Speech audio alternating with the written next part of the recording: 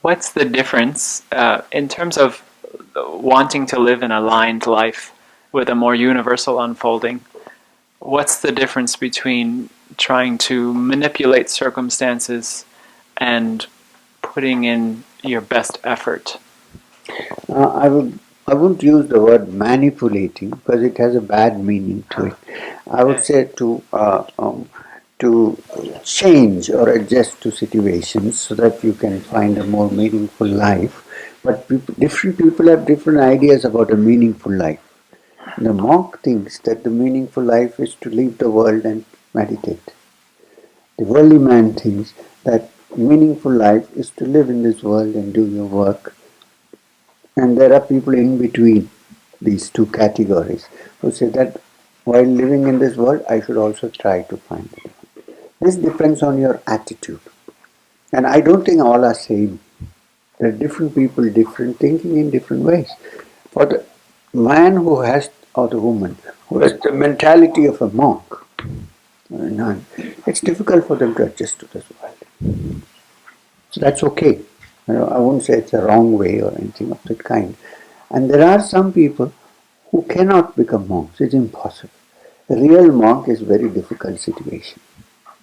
To be a real monk, what does a monk do? Beg for his food. That's why it's called a Bhikshu. What is Baksha? Begging. So that brings also your ego down to a great extent. So I'm living with almost nothing. Now this is, if it is possible, it's a great thing, but it's difficult under the circumstances in the modern world to lead that kind of a life. So that's one way of life, but well, some people can aspire to that. That's okay.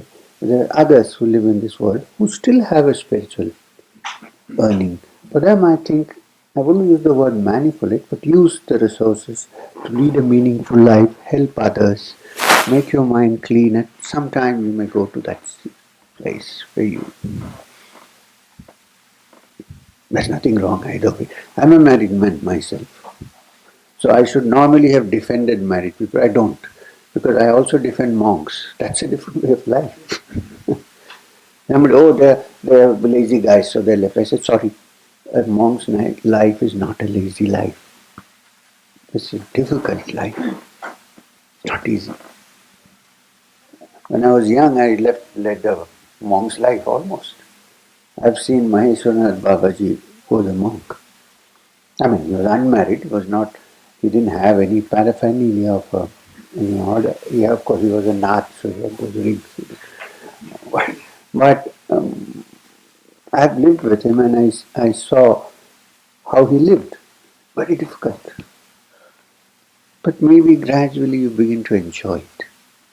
The mind is such an adaptable thing that if you try hard, you can put it into a certain design and then be happy with it. It's when you try to break that design that the whole problem starts. You know what?